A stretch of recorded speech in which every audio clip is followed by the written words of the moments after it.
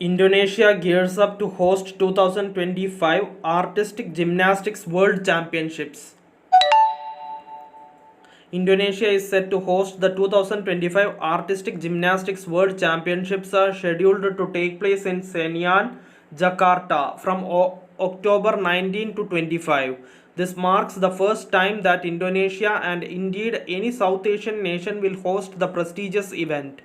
Ita Yuliati, chair of the Indonesian Gymnastics Federation, announced that a record 86 countries and regions have already registered for the 53rd edition of the championships. She stated that usually this world championship is attended by around 70 countries, and this time there are already 86 countries that have registered. The event will bring together more than 600 athletes from around the world competing at the highest level of artistic gymnastics. The Artistic Gymnastics World Championships are held annually, featuring competitions in both men's and women's events.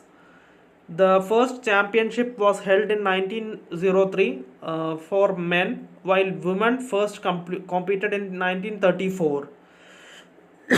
Since then, the event has grown into one of the most significant fixtures on the international gymnastics calendar. Thank you for listening. Thank you for watching. Thank you, everyone. Bye.